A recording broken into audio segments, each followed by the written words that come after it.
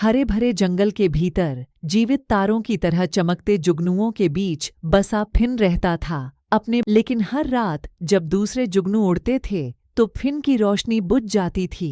वह एक पत्तेदार शाखा की सुरक्षा से देखता था। उसका दिल लालसा से भारी था। मेरी रोशनी पर्याप्त मजबूत नहीं है, वह फुसफुसाता था। उसकी छोटी आंखों में आंसू भर आते थे।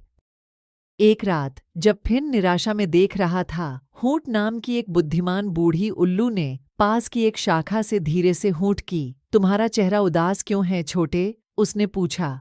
फिन ने अपने दिल की बात कह दी। प्रकाश शो में शामिल होने के अपने सपने को कबूल किया। होंठ ने धैर्यपूर्वक सुना। उसकी बड़ी आंखें समझ से चमक रही थीं।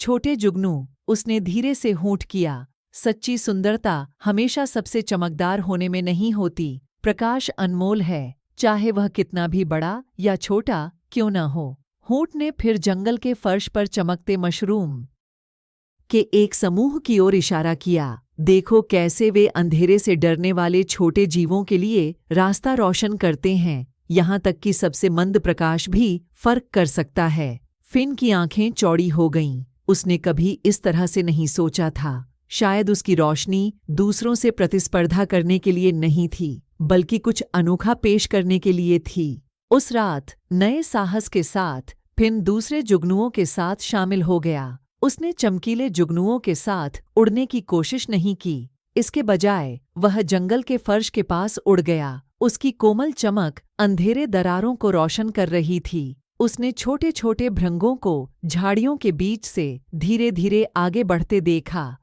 उनकी आंखें कृतज्ञता के साथ उसकी रोशनी को प्रतिबिंबित कर रही थीं। तब से फिन ने लाइट शो में अपनी जगह पा ली। उसे सबसे चमकदार होने की जरूरत नहीं थी।